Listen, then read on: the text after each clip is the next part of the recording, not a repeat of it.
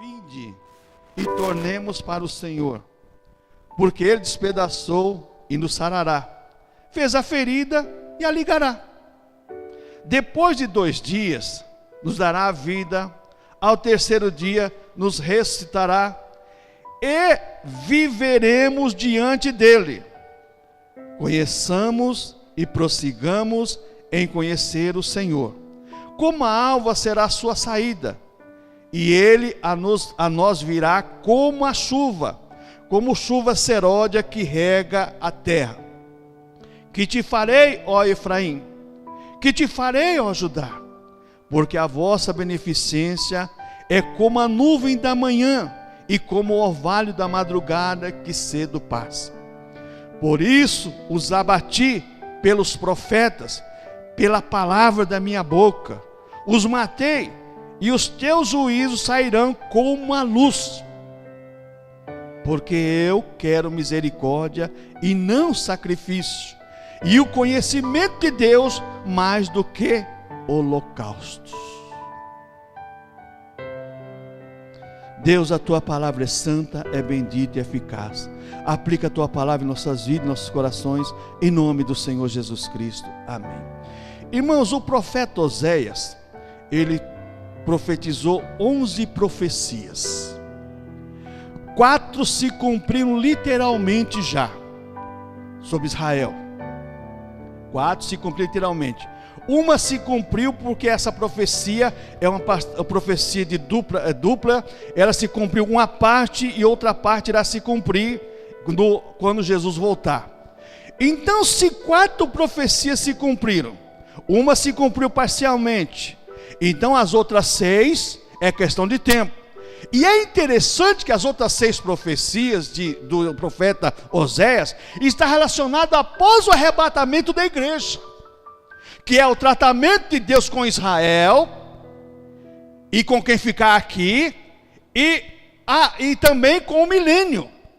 Então, irmãos, o que tinha que se cumprir na era da igreja na terra, já se cumpriram as profecias. Então pode se cumprir após o arrebatamento da igreja e após o concerto com Israel, e Deus estabelecendo agora o seu reino eterno através do povo de Israel, com o reino milenar, aliás, através do povo de Israel e quem passar pela grande tribulação. Mas não é sobre isso que eu quero falar. Eu quero falar exatamente sobre um tema bastante importante, irmãos. Preparado para uma viagem. Quando nós vamos viajar, prepara a mala, prepara carro, né? Vai lá no seguro, e o seguro faz a revisão viagem, e acha um monte de defeito que não tem, né? Só para você pagar, mas eles acham, né? Então faz tudo, aí você vai viajar, tudo certinho, preparo. A vida cristã neste mundo é um preparo para habitar no céu. Não é de qualquer maneira, é um preparo. A vida cristã é um preparo. Você tem que estar preparado, você tem que estar ali esperando a vinda do Senhor. E quando a gente olha para esse texto aqui, o primeiro convite que o profeta faz ao povo de Israel, o povo que está desanimado, desiludido, o povo que está mentindo para Deus, tentando enganar a Deus com o seu culto, com o seu sacrifício. Porque o povo de Israel estava tentando enganar a Deus no culto e no sacrifício. Mas ninguém engana a Deus. E o primeiro convite do profeta aqui está aqui no verso 20: e tornemos ao Senhor. Não era o povo de Deus, mas o povo tinha que vir e retornar a Deus, irmãos. Irmãos, a igreja é a mesma coisa. Muitas vezes tem que, principalmente culto de Santa Ceia, nós temos que nos autoexaminarmos a nós mesmos, para ver aonde nós temos que voltar ao Senhor. Lembra que a primeira carta do Apocalipse, a igreja de Éfeso, uma igreja que foi ensinada por quase 3 anos pelo apóstolo Paulo, agora Deus chama a atenção daquela igreja que tinha abandonado o seu primeiro amor. Muitas vezes na caminhada cristã, irmãos, nessa nossa viagem para a eternidade, nós vamos abandonando algumas coisas. Nós vamos abandonando algumas coisas, irmãos. E muitas vezes abandonamos as coisas boas. Você já pensou você fazer uma viagem e esquecer de alguma coisa útil que você usa no dia a dia? A falta que vai fazer para você? Na vida cristã não é diferente, irmãos. Às vezes você abandona alguma coisa no dia a dia que é de utilidade suprema para a tua alma, para a tua comunhão com Deus. Ah, mas não tem problema, pastor. Tem sim, irmãos. Tem sim, está cheio de pessoas aí, porque senão não tem problema, faz de conta, está tudo bem. E as armas usadas por Satanás para iludir as pessoas, irmãos. Tem problema, está tudo bem, não faz mal, faz de conta. São as armas que Satanás usa para enganar as pessoas. Mas o profeta convida, vinde, tornemos para o Senhor. Foi Ele que fez o que está acontecendo conosco. O que aconteceu, a culpa é nossa, não é de Deus. Deus não tem culpa na história do homem pecador, do homem que faz a coisa errada, não. Deus não tem culpa nisso, não. Mas, irmãos, esse convite do profeta, em primeiro lugar, irmãos, é um convite para o arrependimento, para alcançar o perdão de Deus. Sem arrependimento de alma, arrependimento de espírito, arrependimento sincero, irmãos, sem esse arrependimento, ninguém alcança o perdão de Deus. Israel aqui, se você olhar, Israel deu uma de convertido, mas não se converteu. E tem muita gente nessa condição, irmãos. Não tem arrependimento de alma, não tem arrependimento de coração, irmãos. Não tem. Irmãos, eu quero ser bem sincero para você. A pessoa que nasce de novo pelo Espírito, pela palavra, irmãos, é diferente, irmãos, é diferente. Ela tem sentimento de alma, sentimento voltado aos padrões de Cristo, a sua vida com Cristo. Então, o primeiro chamado do profeta aqui é arrependimento para alcançarmos o perdão do pecado.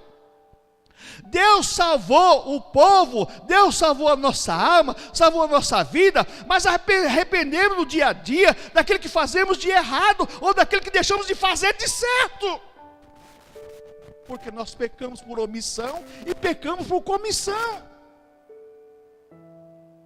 Arrependi, Senhor, deixei de fazer, Senhor, eu fiz errado, peço perdão. Mas se arrepender realmente, como Jesus dizia para as pessoas, vai, não peques mais. Outra coisa que nós vemos nesse convite, vinde e tornemos para o Senhor, arrependimento, ele traz uma cura completa. Olha, diz o texto aqui, ele despedaçou, não sarará. Somente o verdadeiro arrependimento traz uma cura completa para a alma. E uma alma curada completamente é diferente, irmãos. Uma alma curada completamente pelo Senhor Jesus Cristo, pelo Espírito, pela palavra, ela é diferente, irmãos. Não é como a gente vê nesse evangelicalismo moderno, irmãos, onde as pessoas são sendo seduzidas para negociar com o Senhor Jesus Cristo, estão sendo seduzidas para serem enganadas e enganar a muitos. Não, a cura, o arrependimento, quando alcança o perdão de Deus, o arrependimento traz uma cura completa para a nossa alma, e uma alma curada, eu vou dizer uma coisa para você, é completamente diferente. Ela é satisfeita por aquilo que Deus fez em sua vida, por aquilo que Cristo fez. Ela tem satisfação, ela tem gozo em adorar, ela tem prazer em cultuar o Senhor, ela tem prazer, ela tem sentimento para glorificar o Senhor. Oh, irmãos, que coisa que nós estamos vendo hoje. Às vezes as pessoas, irmãos, uma vez uma pessoa disse uma coisa e é verdade. Você quer um culto pentecostal? Pega um microfone de lapela, cada crente vai entrando na igreja, dá um microfone para ele. Você vai ver um culto pentecostal abençoado. Porque todo mundo vai dar glória a Deus, todo mundo vai falar mais alto que o outro. Irmãos, isso aí não é o padrão da igreja. O padrão da igreja é sentimento de alma. É almas voltadas para a adoração, para a glorificação, para a celebração ao Senhor. Irmãos, A enfermidade não me impede de cultuar o Senhor. Os meus problemas não são problemas que impedem eu glorificar o Senhor e celebrar o Senhor. Quando eu coloco na cruz, não é para deixar lá fora, não é para deixar na porta, não é para deixar na sua casa, mas para colocar na cruz de Cristo. Quando eu coloco os meus problemas na cruz de Cristo, a minha alma recebe regozijo, recebe refrigério. Deixa seu problema lá fora. Deixa não. Quero que você sair do culto abençoado, o problema falar assim: opa, demorou, hein? Estou aqui te esperando. Não deixa na tua casa. Chegou em casa, abriu a porta, o problema fala assim: rapaz, demorou muito, estou aqui te esperando. Não, coloca na cruz de Cristo e Deus não se lembra mais não, que você vai ver o que Deus pode fazer na tua vida. Que negócio é esse, irmãos? Arrependimento para alcançar perdão. Arrependimento traz cura completa. As almas são curadas. A glorificação, a exaltação a Cristo, devida a Cristo, elas fluem naturalmente no nosso interior. Vai fluindo, vai saindo. É o que Jesus falou em João capítulo 7. Aquele que cresce nele, do seu interior fluiriam rios de águas vivas que saltariam para a vida. Vai sair lá de dentro, automaticamente vai fluir. Outra coisa, quando o profeta fez esse convite para o povo retornar ao Senhor, é que a cura da alma, ela traz um relacionamento pessoal com Deus. O povo em pecado, o povo separado de Deus, o povo que não estava fazendo o culto direito a Deus, porque você vai encontrar o profeta dizer assim: ó, vocês fazem as coisas tudo errada e vocês querem que Deus aceite tudo. Não é assim. Então agora o profeta, a cura da alma traz um relacionamento pessoal com Deus. Somente através de sermos curados, ele, vindo, tornemos Senhor, ele despedaçou no sarará. Somente através da cura da nossa alma, agora do perdão dos nossos pecados, e que nós vamos ter um relacionamento pessoal com Deus. Naquela época, o judeu, a sociedade judaica, o Israel tribal, não tinha relacionamento direto com Deus. Existia o sacerdote que era o intercessor por eles.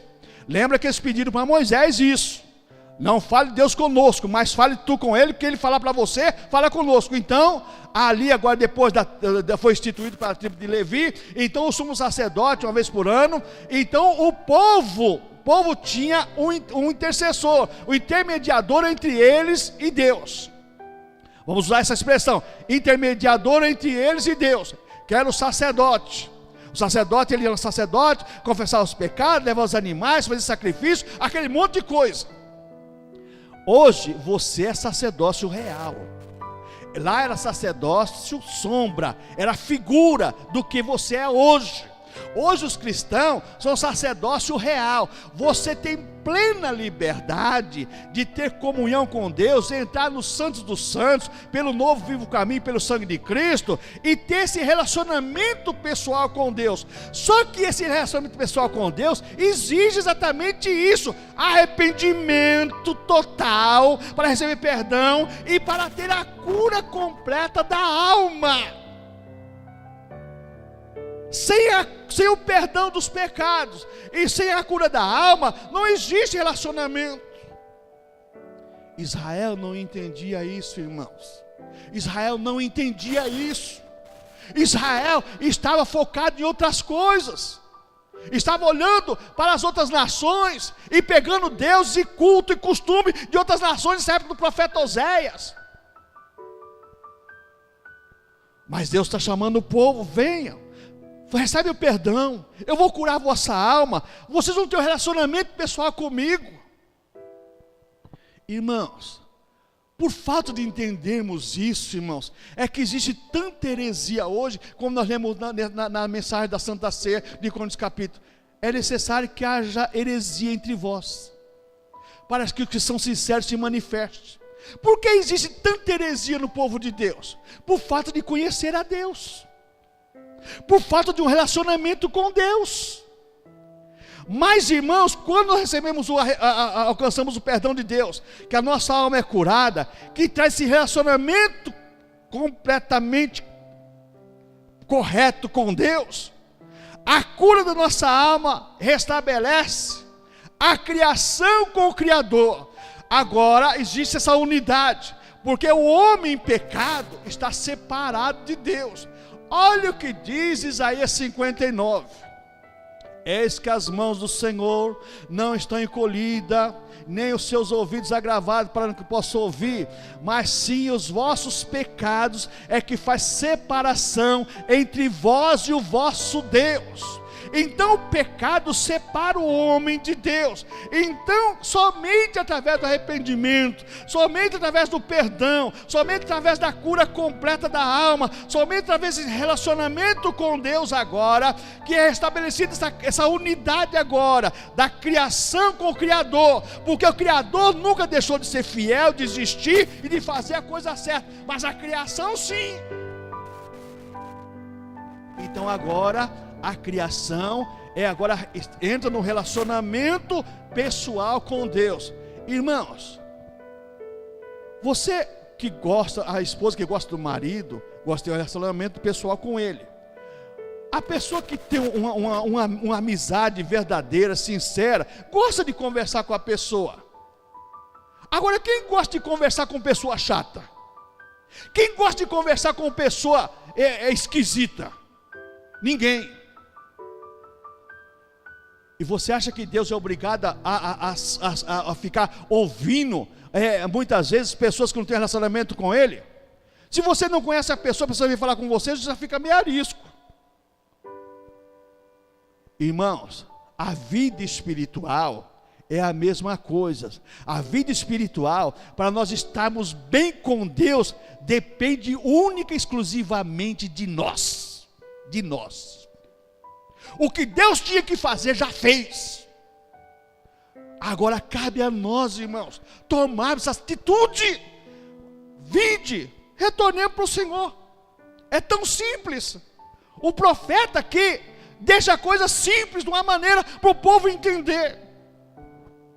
Ô irmãos, se todos entendessem esse texto como deve ser entendido, o evangelho seria outro. Pastor, mas isso é Velho Testamento.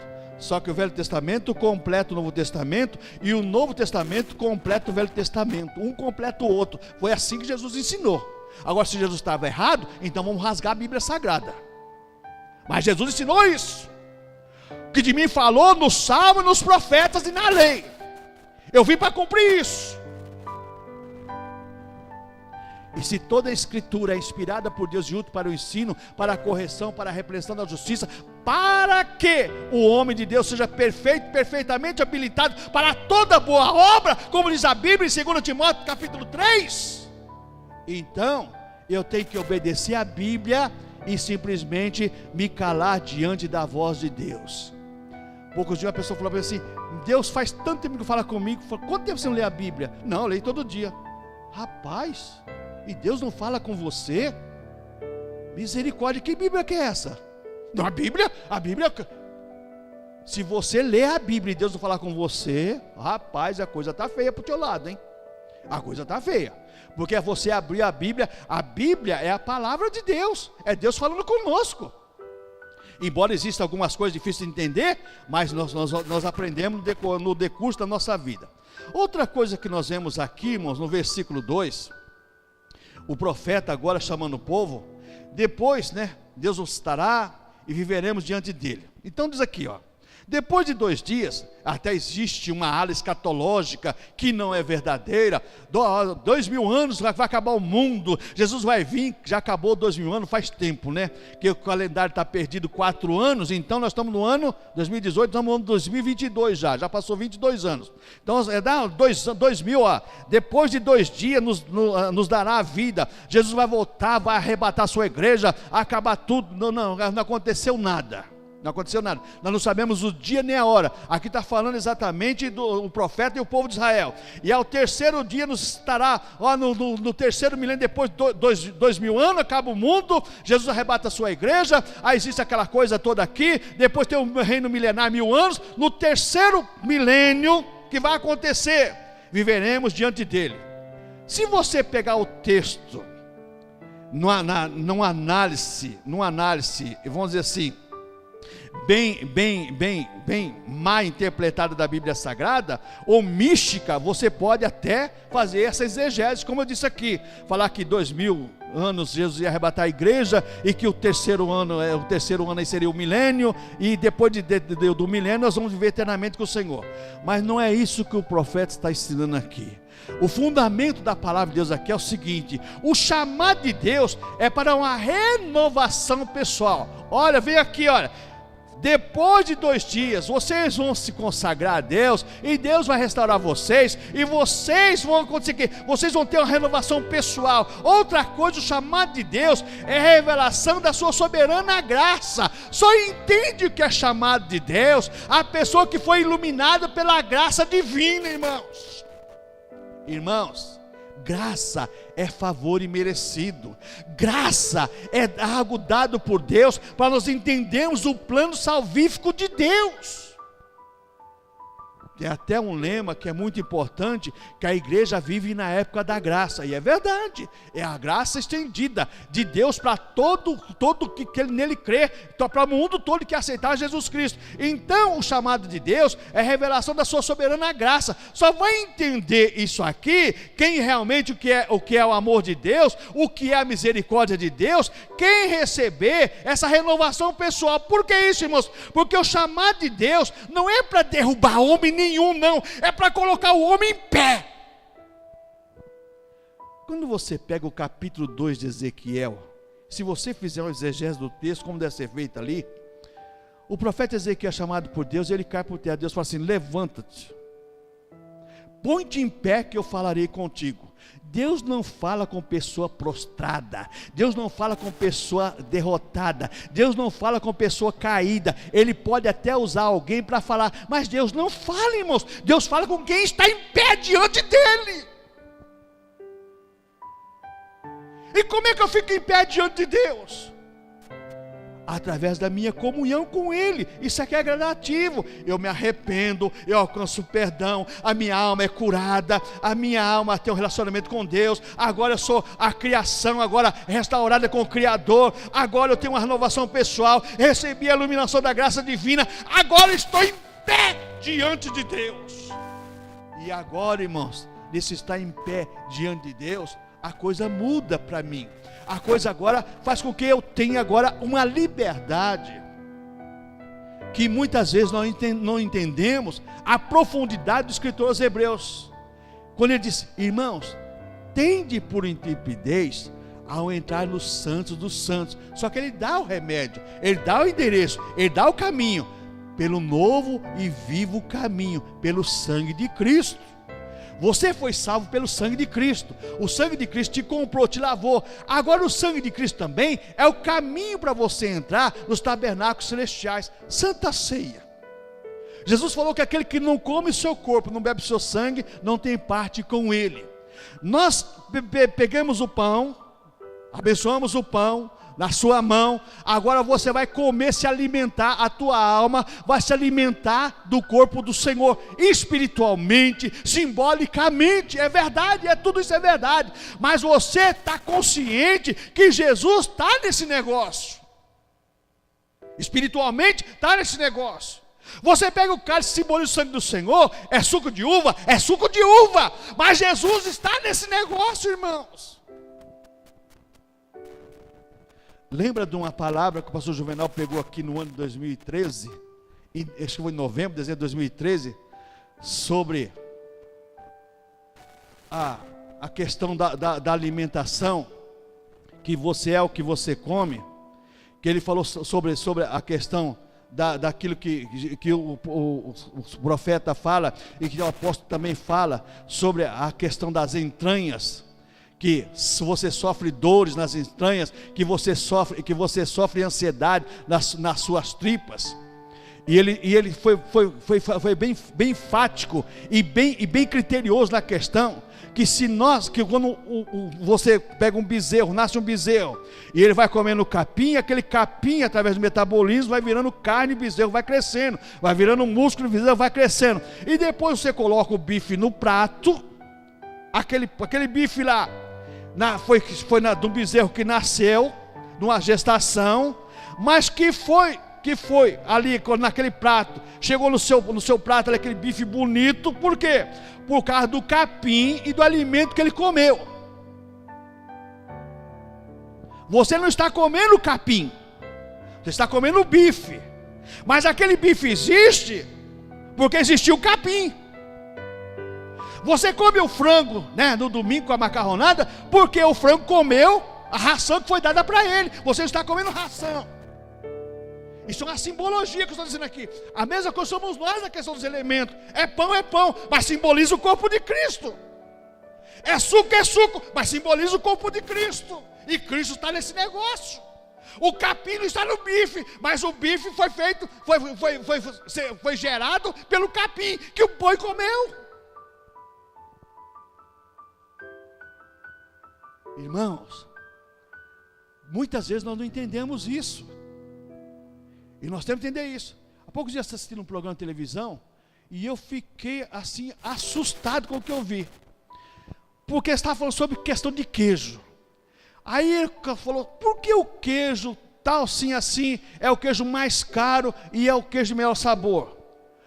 Porque é o queijo que existe mais... como é que chama? Bactérias. É o queijo que mais aquelas coisas vão juntando, então o queijo vai ficando amarelo, vai ficando verde, vai ficando daquela cor, então aquelas coisas ali vai fazendo dê aquele sabor que só aquelas bactérias podem dar. E você come e fala assim, que gostoso. Que gostoso.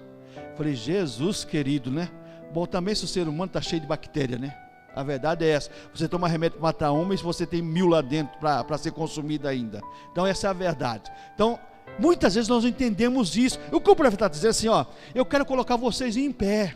Vocês estão caídos, vocês estão prostrados, vocês precisam se levantarem, vocês precisam cultuar a Deus direito, vocês precisam viver uma vida em santificação direito. Irmãos, o profeta Malaquias, que profetizou depois, quando Deus chama o profeta Malaquias assim, fala para esse povo aí. Esse povo diz, em que nós te roubamos? Nas vossas ofertas. Vocês vêm ofertar para mim o boi aleijado, o cego, o doente. Se vocês derem um presente desse para o governador, ele vai aceitar? Claro que não. O povo estava querendo enganar Deus. Mas Deus, irmãos, não se engana, falou assim, se vocês se colocarem em pé, a história muda. Se não se colocarem em pé, eu não tenho compromisso com vocês. Irmãos, outra coisa que nós aprendemos aqui nesse versículo 2, que o chamado de Deus é para a ressurreição espiritual do homem em primeiro lugar. Deus nos chama para a salvação, para ressuscitar a nossa vida, que o homem está morto, seus delitos e pecados, como diz Efésios capítulo 2. Agora Deus nos chama, a primeira ressurreição, ela é espiritual, não é a ressurreição que vai acontecer depois da morte, no arrebatamento da igreja, não. A primeira ressurreição na questão criteriosa do esboço bíblico, é a ressurreição da nossa alma, a ressurreição da nossa vida com Deus. Ô irmão, só existe a primeira ressurreição, que é a ressurreição dos mortos, a segunda ressurreição para a condenação. E a sua ressurreição? Quando você ressuscitou, estava morto de delito e pecado, ou a Bíblia está errada, a Bíblia está certa. Estando vós mortos, vossos delitos e pecado, Cristo vos vivificou juntamente com Ele. Irmãos, morto, o salmista diz, os mortos não te louvam, os mortos não clamam a ti, Senhor. E é verdade, irmãos. Não está em pé diante de Deus, não tem prazer em louvar, não tem prazer em adorar, não tem prazer em nada, mas quando está vivo diante de, ressuscitado diante de Deus, tem prazer. O vivo tem voz, tem fôlego de vida. Outra coisa que nós vemos na questão do profeta aqui, sobre a questão da ressuscitação, de ressuscitar em primeiro lugar a vida espiritual, o profeta diz, chamado de Deus traz esperança em qualquer circunstância, Deus traz esperança. Quando a pessoa nasceu de novo, quando a pessoa é nova criatura, Irmãos, ela pode passar por provas, ela pode passar por lutas, ela pode passar por dor, mas tem uma coisa que não vai passar na vida dela, é a esperança.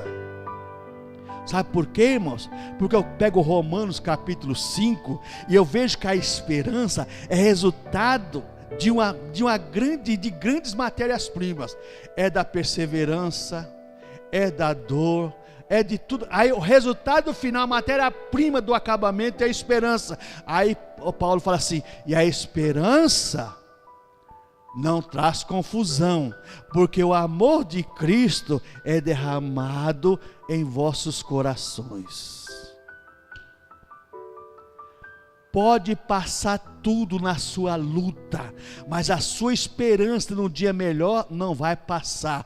Pode passar tudo, você pode passar por luta, dor, privação, angústia, tristeza, amargura, decepção, desilusão. Você pode passar por tudo, mas a esperança que Deus te dá não passa. Porque se passar a esperança, não é fruto do amor de Deus, porque a Bíblia não pode mentir, a Bíblia não engana ninguém, porque o amor de Deus derramado em vossos corações pelo Espírito Santo. A esperança não traz confusão, porque o amor de Deus derramado pelo Espírito Santo em vossos corações. Agora o profeta chama o povo, faz mais um convite. O primeiro é para o povo se colocar de pé diante de Deus, se colocar na posição que Deus quer. Agora vem o segundo convite no versículo 3. Conheçamos e prossigamos em conhecer o Senhor.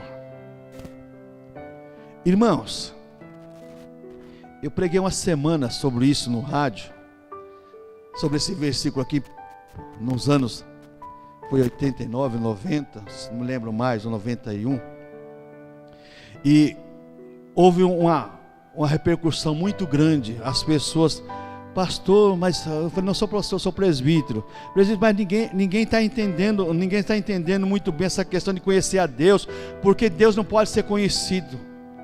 Aí eu simplesmente telefone e disse assim: não é conhecido por aquele que não conhece a Deus.